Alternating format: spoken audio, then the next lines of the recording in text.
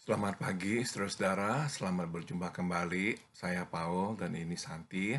Kami akan sekali lagi beribadah kepada Tuhan dan saya mengajak saudara sekalian untuk ikut bersama-sama beribadah.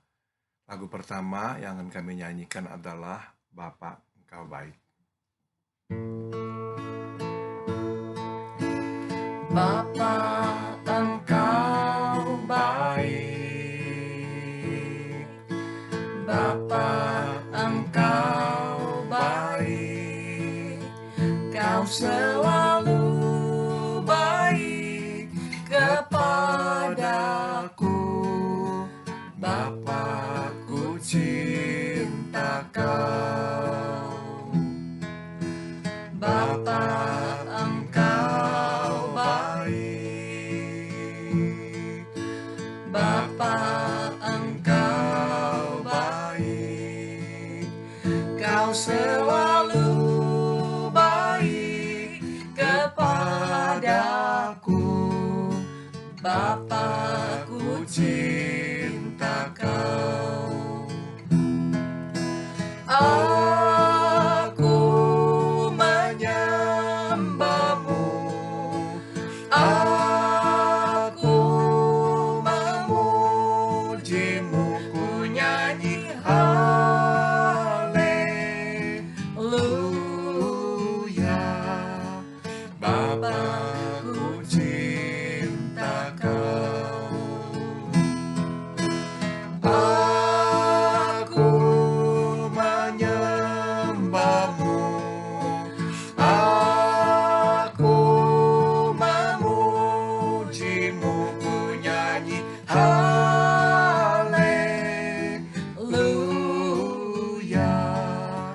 Bapa ku cinta Kau. Saudara, kita nyanyikan sekali lagi bersama-sama ya. Bapa Engkau baik, Bapa Engkau baik, Kau selalu baik kepadaku, Bapa ku cinta Kau, Bapa Engkau baik, Bapa Engkau baik, Kau selalu baik kepadaku, Bapa ku cinta Kau. Aku menyembahmu, aku memujimu, ku nyanyi haleluya.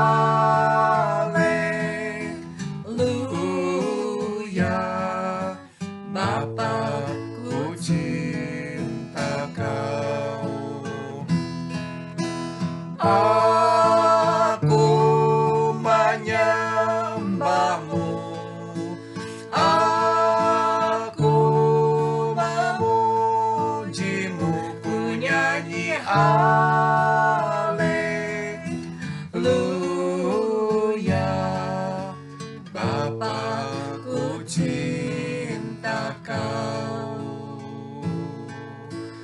Bapa ku cinta Kau. Sekali lagi kita katakan, Bapa ku cinta Kau.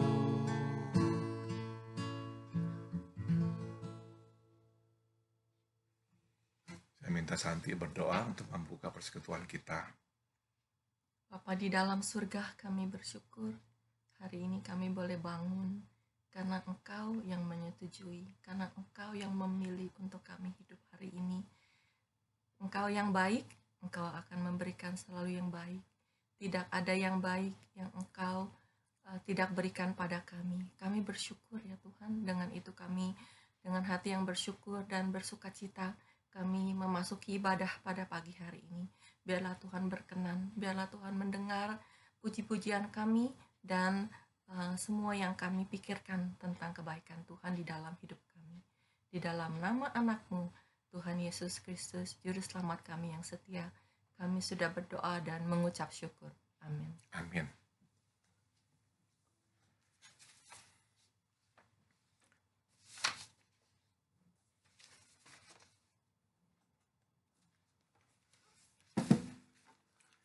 Firman Tuhan hari ini diambil dari 2 Samuel pasal 3. Saya akan bacakan mulai dari ayat 38. Kemudian berkatalah raja kepada para pegawainya, "Tidak tahukah kamu bahwa pada hari ini gugur seorang pemimpin, seorang besar di Israel? Tetapi aku ini sekarang masih lemah, sekalipun sudah diurapi menjadi raja. Sedang orang-orang itu, yakni anak-anak Seruya, melebihi aku dalam kekerasan. Kiranya Tuhan membalas kepada orang yang berbuat jahat setimpal dengan kejahatannya." Firman Tuhan yang baru saja kita baca adalah bagian dari cerita tentang Raja Daud. Sewaktu dia itu diangkat menjadi raja, nah hanya ada satu suku yang mengikutnya, yaitu suku Yehuda. Selebihnya masih mengikut anak-anak atau anaknya Saul yang bernama Isboset. Nah, saudara, anak Saul ini akhirnya karena menuduh panglimanya Abner bahwa Abner itu berselingkuh dengan salah satu selir Saul, akhirnya kehilangan wibawa. Maka Abner kemudian menekan Raja Isboset untuk berdamai dengan Raja Daud. Kemudian Abner menghubungi Raja Daud menyambut uluran tangan Abner, panglimanya Israel, panglimanya Isboset, untuk berdamai. Nah, sewaktu panglima Daud yang bernama Yoab tahu bahwa Abner telah datang berdamai dengan Raja Daud, Yoab ini tidak suka. Dia kemudian pura-pura memanggil Abner kembali, dan dalam pertemuan pribadi itu dia membunuh Abner. Saudara, waktu Daud mendengar bahwa Yoab panglimanya telah membunuh Abner, Daud sedih sekali. Daud meratap, dan Daud juga berkata kepada pegawai-pegawainya bahwa pada hari itu seorang yang besar, seorang yang agung telah mati. Dan Daud dengan secara tidak langsung mengatakan kepada semua tentaranya dan rakyatnya bahwa bukanlah dia yang membunuh Abner. Saudara, yang membunuh adalah panglimanya sendiri yang bernama Yoab. Tapi sebagaimana kita tadi sudah baca, Daud berkata dia tidak berdaya melawan Yoab. Saudara, Yoab itu mempunyai 2 saudara, Asahel dan juga Abishai. Asahel itu sudah meninggal dunia, dibunuh oleh Abner. Maka Yoab menyimpan dendam kepada Abner. Walaupun sebetulnya dalam peperangan itu Asahel mati secara adil, bukannya dijebak atau apa, enggak mati secara adil. Tapi tetap Yoab itu menyimpan dendam. Maka dia membalaskan dendam pribadinya dengan membunuh Abner. Saudara, dengan kata lain kita bisa katakan Yoab ini mementingkan diri, tidak mementingkan negara atau kepentingan orang banyak. Dia memilih untuk membalaskan dendamnya, tidak memikirkan kepentingan yang lebih besar, yaitu kesatuan Israel.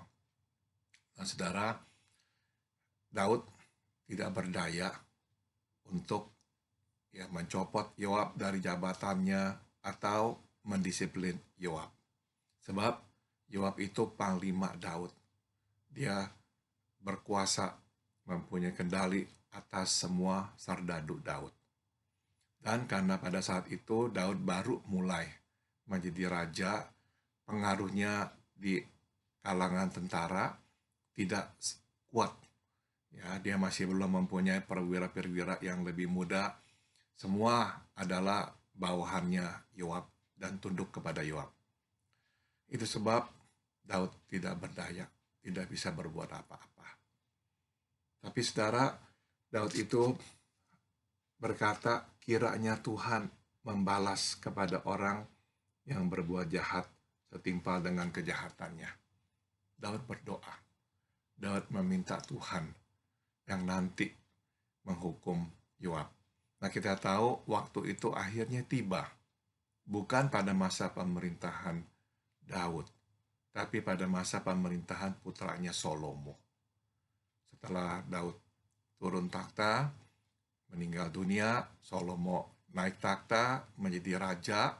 Salomo kemudian menghukum Yoab yang saat itu sudah tua dan tidak lagi mempunyai pengaruh yang kuat terhadap tentara di Israel. Saudara, singkat kata kita bisa berkata, selama berpuluhan tahun Daud memerintah, Yoab itu menjadi duri dalam daging Daud. Daud tidak berdaya. Sebetulnya Daud bisa berbuat sesuatu, bisa. Daud bisa misalkan mencopot Yoab. Tapi kalau itu yang dilakukannya, kemungkinan besar akan terjadi pertumpahan darah di Israel. Karena Yoab pasti akan memberontak. Daud mungkin dapat juga menumpas pemberontakan Yoab, tapi itu akan menumpahkan banyak darah. Daud memikirkan kepentingan orang banyak. Itulah karakteristik Daud yang bisa kita lihat berulang kali. Dia selalu memikirkan kepentingan orang banyak, tidak memikirkan kepentingan diri sendiri. Nah, saudara, dari kacamata Tuhan, kita bisa berkata bahwa Tuhan telah memberikan kepada Daud duri dalam daging. Nah, saudara, saya akan bacakan firman Tuhan yang diambil dari 2 Korintus. Ya, firman Tuhan di pasal 11 ayat 7 berkata, dan supaya aku jangan meninggikan diri karena pernyataan-pernyataan yang luar biasa itu, maka aku diberi suatu duri di dalam dagingku, yaitu seorang utusan iblis untuk menggocoh aku, supaya aku jangan meninggikan diri. Tentang hal itu, aku sudah 3 kali berseru kepada Tuhan supaya utusan iblis itu mundur daripadaku. Tapi jawab Tuhan kepadaku, cukuplah kasih karuniaku bagimu, sebab justru dalam kelemahanlah kuasaku menjadi sempurna. Saudara, tidak tahu ya apa itu duri dalam hidup Paulus, tapi ada sesuatu yang mengganggu Paulus terus-menerus. Dia meminta Tuhan mengambil duri itu, tapi Tuhan tidak menjawab doa Paulus. Tuhan memberikan duri itu seterusnya, dan Tuhan hanya berjanji bahwa anugerahnya akan cukup buat Paulus. Tapi jelas sekali tujuannya Tuhan memberikan duri itu kepada Paulus supaya Paulus tidak sombong. Saudara, kita tidak tahu apa maksud Tuhan menempatkan Yoab dalam hidup Daud. Apakah sama seperti duri dalam dagingnya Paulus supaya Daud tidak sombong? Saya tidak tahu. Mungkin iya, mungkin bukan. Tapi Tuhan memberikan duri itu kepada Daud selama dia memerintah. Bukannya sebentar loh, berpuluhan tahun. Selama dia memerintah. Sampai dia meninggal dunia, barulah duri itu dicabut oleh Tuhan lewat putranya Salomo. Coba kita terapkan dalam hidup kita. Maunya kita ini, kita tidak ada duri dalam hidup. Tapi kadang Tuhan memberikan duri dalam hidup kita. Kita minta Tuhan, cabutlah duri ini. Kalau Engkau cabut, hidup saya akan sempurna lah. Akan lancar, akan lurus, akan bahagia, akan terpenuhi. Tapi kadang Tuhan memberikan kepada kita duri untuk tujuan tertentu. Mungkin salah satunya adalah seperti dalam hidup Paulus, supaya tidak sombong. Tapi mungkin ada alasan lain. Nah, kita tidak tahu tujuan Tuhan memberikan duri. Tapi kita mesti percaya bahwa Tuhan memberikan duri itu kepada kita dengan tujuan baik. Untuk kepentingan kita. Beberapa hari sebelum ulang tahun saya, cucu kami berkata kepada saya, "Kungkung, nanti saya akan membelikan Kungkung mainan untuk ulang tahun Kungkung, supaya Kungkung bisa main dengan mainan Kungkung." Saudara, saya sudah tentu tersenyum, saudara mungkin juga tersenyum. Saudara, ya saya sudah umur 61, ya tidak lagi mainan ya. Tapi saya mengerti maksud cucu saya. Dia sayang saya. Nah, dia itu mau memberikan sesuatu yang menurut dia baik. Karena bagi dia umur baru 4 tahun, yang baik adalah mainan, yang membuat dia bahagia adalah mainan. Maka ya dia beranggapan yang baik buat saya juga adalah mainan. Saudara, Tuhan waktu memberikan duri kepada kita, Tuhan pun mempunyai pemikiran yang sama. Dia akan memberikan kepada kita yang baik buat kita. Kebanyakan yang Tuhan berikan kepada kita mainan. Kebanyakan. Ya, banyak berkat yang Tuhan limpahkan kepada kita.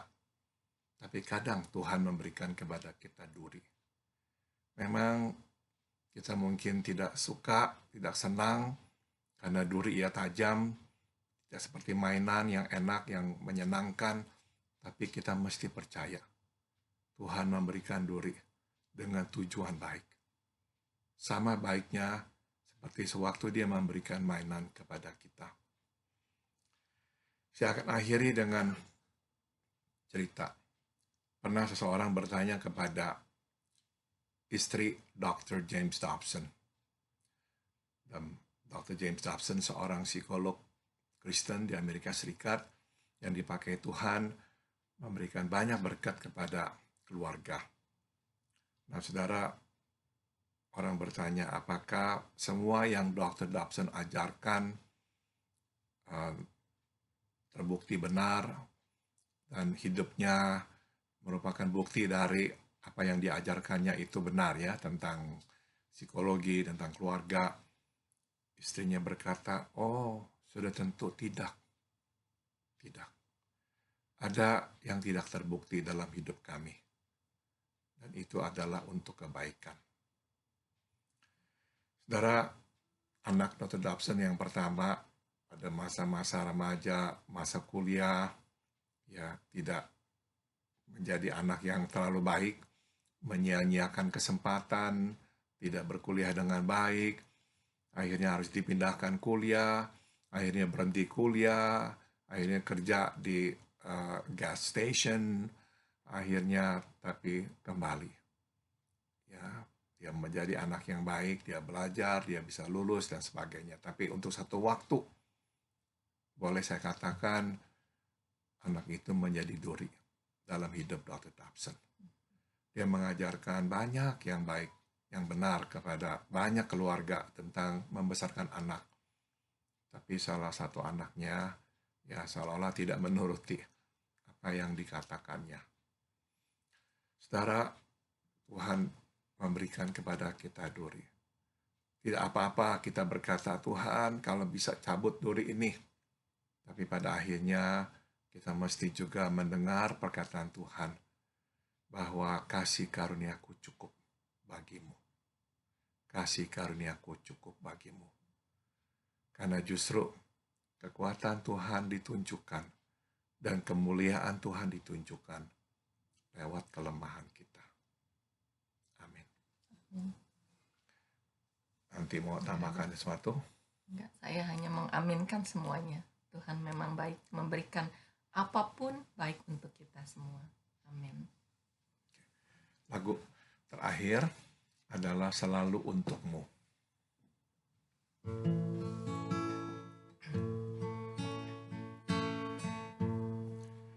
selalu untukmu. Oh, sorry. Rendahan. Selalu untukmu, selalu untukmu, Tuhan dan Rajaku. Semua yang ku perbuat, baik siang dan malam, selalu untukmu. Segenap hidupku adalah milikmu, untuk kemuliaanmu. Sampai ku tua nanti, sampai di surga nanti, selalu untukmu. I live for you alone, I live for you alone, my precious God and King. In everything I do, Lord, and everywhere I go, I live for you alone. My life belongs to you, my body, mind and soul shall glorify your name. Until the end of my life, until in heaven's new life, I live for you alone. Sekali lagi kita nyanyikan.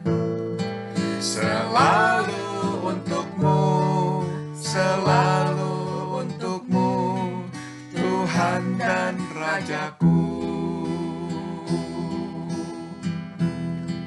Semua yang ku perbuat, baik siang dan malam, selalu untukmu. Segenap hidupku adalah milikmu, untuk kemuliaanmu.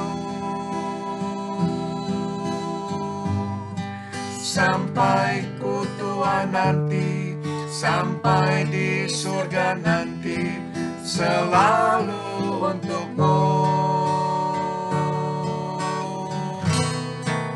I live for you alone, I live for you alone, my precious God and King. In everything I do, Lord, and everywhere I go, I live for you alone. My life belongs to you, my body, mind and soul shall glorify your name. Until the end of my life, until in heaven's new life, I live for you alone. Until the end of my life, until in heaven's new life, I live for you alone.